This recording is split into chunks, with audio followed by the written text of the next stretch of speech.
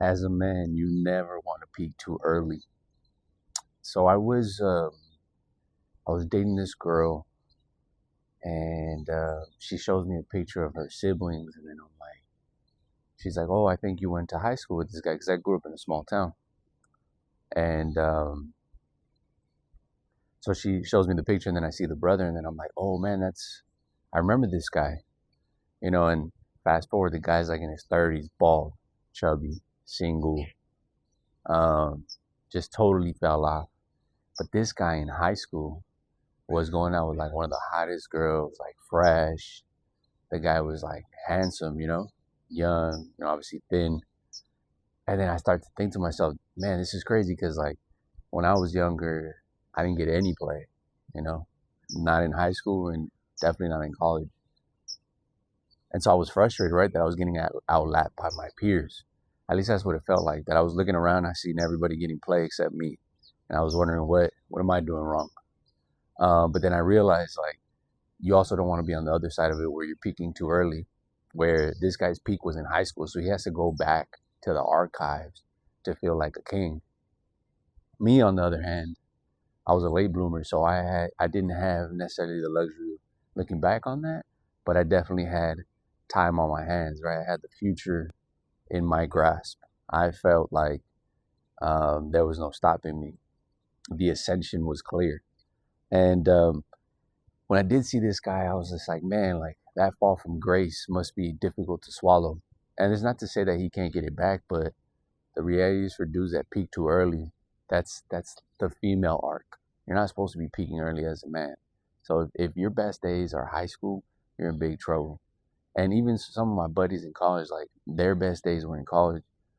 I ran into a buddy of mine, and it was the same thing. And it was just like, oh, okay, I can see why these guys were like eager to back somebody up, because the reality was that was the best they were gonna be able to do. And I don't know if that was a conscious effort, but it definitely showed. It showed, and obviously seeing them now made it even more clear to me. Um, but I think the thing is, if you're one of these guys that's like frustrated with circumstance, you have to understand. Like when I was younger, I was kind of frustrated because I didn't have any meaning. I didn't have a clear path. I didn't have role models. I was frustrated. I felt stuck, and I think all those things kind of played into why I didn't feel like I was really getting anywhere and I wasn't moving the needle. And you slowly start chipping away. It's just like every day. It was small, gradual steps, and the physical was followed by the mental, followed by the spiritual, and all those things kind of came full circle. And I started so slowly seeing the benefits. And these were because you have to think about this. Women are a feedback loop. So when I would be dating women, I started noticing that they were getting cuter over time, and I was like, "Damn, is my game getting tight? Like, what is happening here?" And then I realized, well, it's just that this was just a reflection that I was improving, and what seemed like at a fairly rapid pace, right? Because I went from nothing to, they were slowly getting cuter and cuter, and the material, right, was getting better.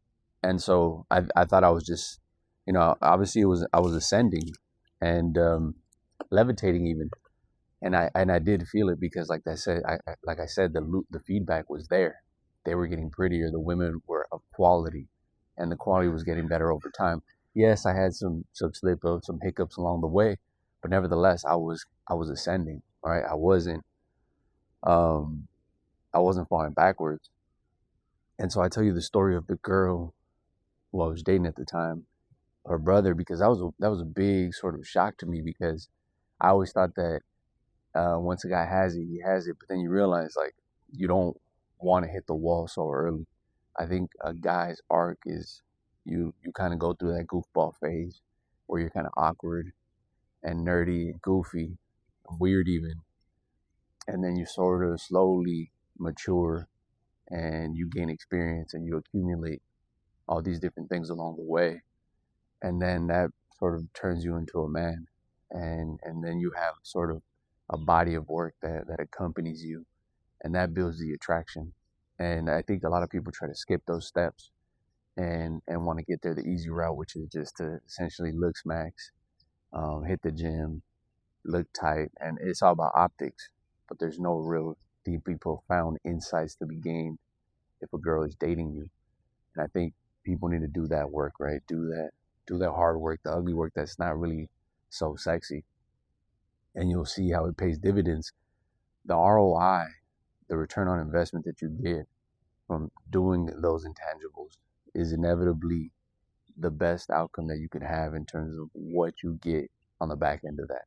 The thing is, you got to have a little bit of patience, because looking back now, had somebody told me like, dude, don't worry, your time will come, I would have said, I don't see it. I don't see how that could happen.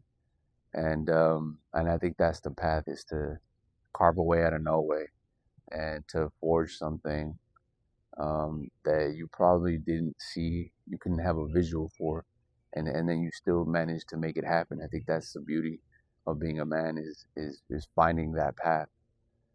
And so, anyways, it's just something to think about. You never want to peak too early as a guy. You don't want to hit the wall so damn early.